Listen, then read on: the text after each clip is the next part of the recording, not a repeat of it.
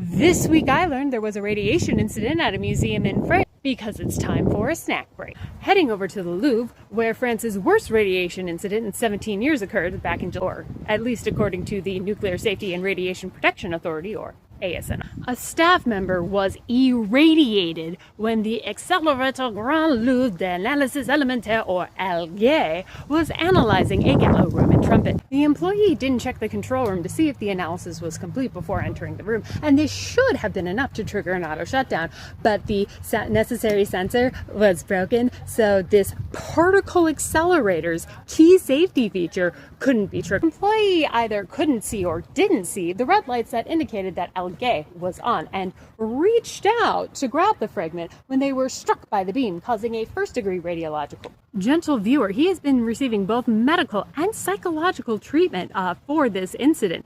Did you know that was a thing? That some people get both medical and psychological care for a workplace accident?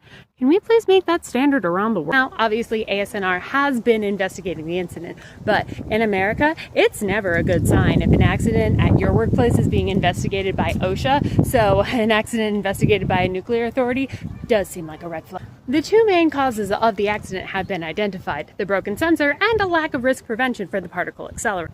They also noted the following: a lack of system for recording events that could lead to the exposure of ionizing radiation, a lack of register of defects and repairs to the device, a lack of portable radioactivity measuring device, checks and inspections not being carried out within scheduled time, workers entering the monitored area without authorization. I am unfamiliar with the Louvre's workplace culture, but some of those observations scream understaffed, underfunded, and that demand for ALGE is way too high. And that last one makes a lot of sense because it is the only particle accelerator in the entire world dedicated exclusively to cultural heritage. Why does anyone in the arts and culture sector need a particle accelerator? Good question. You see, a particle accelerator can use protons to identify the materials an artwork or an artifact is made, which is incredibly useful information. If you were surprised that a museum employee could be exposed to something as dangerous as radiation, I got some bad news for you. Museum collections are full of incredibly dangerous things like weapons, live ordnance, biohazards, heavy metals, poisons, and chemicals that initially were stable, but over time have degraded into very, very bad things.